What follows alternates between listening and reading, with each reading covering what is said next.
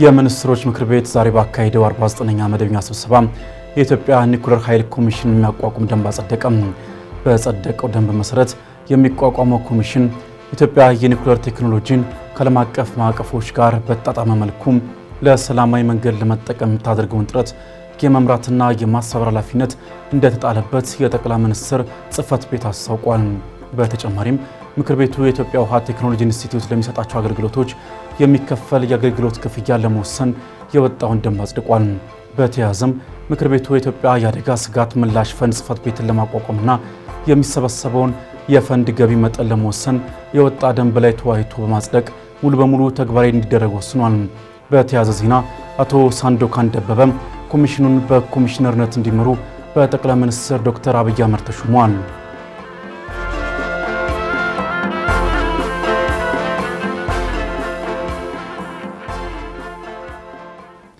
የታላቁ የኢትዮጵያ ህዳሴ ግድብን ውሃ ለመስኖ መጠቀም የሚያስችል ማስተር ፕላን እየተዘጋጀ ነው ተባለም። በህዳሴ ግድብ አማካኝነት የተፈጠረው ንጋት ሐይቅ ያረፈበት አካባቢ ከፍተኛ የፍራፍሬ አቅም ያለው እንደመሆኑ መጠን የሐይቁን ውሃ በመጠቀም የመስኖ እርሻ ስራ የማከናወን እቅድ እንዳለ ተገልጿል። ይህንን እቅድ በተቀናጀ መልኩ እንዲሁም ወጥ በሆነ መንገድ መስራት የሚያስችል ማስተር ፕላን በመንግስታዊው ኢትዮ ኢንጂነሪንግ አማካኝነት ላለፉት 2 ዓመታት ሲዘጋጅ እንደነበረ ተገልጿል። ማስተር ፕላኑ ከመስኖ በተጨማሪ በአሳ ሀብት ልማት፣ በውሃ ትራንስፖርትና ቱሪዝም ዘርፎች ላይ በቀጣይነት የሚሰሩ ስራዎችን የያዘ እንደሆነ የውሃና ኢነርጂ ሚኒስትሩ ዶክተር ሀብታሙ ኢተፋ አስታውቀዋል። ባሳለፍነው ጳጉሜ ወር ላይ በይፋ በተመረቀው ታላቁ የኢትዮጵያ ህዳሴ ግድብ አማካኝነት የተፈጠረው ንጋት ሐይቅ 74 ቢሊዮን ኩቢክ ሜትር ውሃ የሚይዝ ሲሆን በቀጣይነትም በቱሪዝምና መሰል ዘርፎች ላይ ያተኮሩ ግንባታዎች እንደሚከናወኑ መገለጹ ይታወሳል።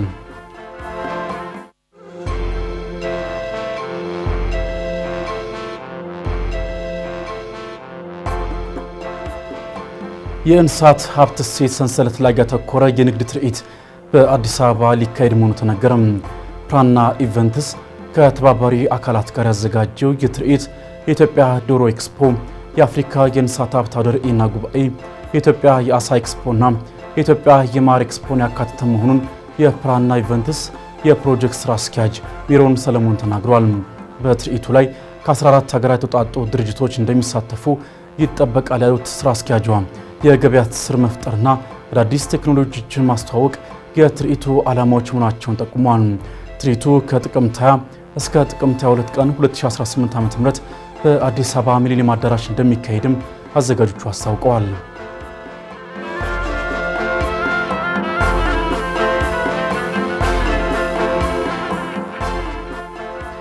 ከውጭ በዲሞክራቲክ ሪፐብሊክ ኮንጎና በሩዋንዳ መካከል ተደርጎ የነበረው የተኩስ አቁም ስምምነት እየተከበረ አይደለም ሲል የተባበሩት መንግስታት ድርጅት አስታወቀም።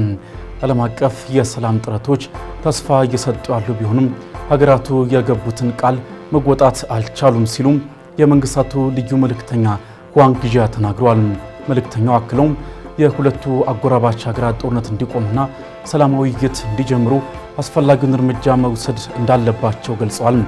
በተባበሩት መንግስታት ድርጅት የዲሞክራቲክ ሪፐብሊክ ኮንጎ ተወካይ የሆኑት ዜኖን ንጋይ በበኩላቸው የሰላም ስምምነቱን ለማድረግ የሩዋንዳ ወታደሮችን ማስወጣት፣ ለኤም 23 አማጺ ቡድን የሚደረገውን ድጋፍ ማስቆም እንዲሁም የኮንጎ መንግስት የተያዙበትን ቦታዎችን ማስመለስ ወሳኝ እርምጃዎች መሆናቸውን ተናግረዋል።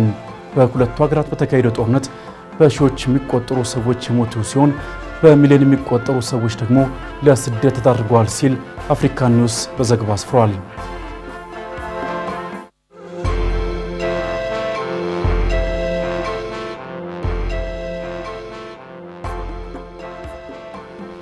በመጨረሻም በቻይናና አሜሪካ መካከል ያለውን የንግድ ጦርነት ውጥረት እየተባባሰ መምጣቱን ተከትሎ ቻይና የዓለምን ኢኮኖሚ ለመጉዳት እየሞከረች ነው ያለቻትን አሜሪካን እስከ መጨረሻው እንደምትታገል ገለጸች።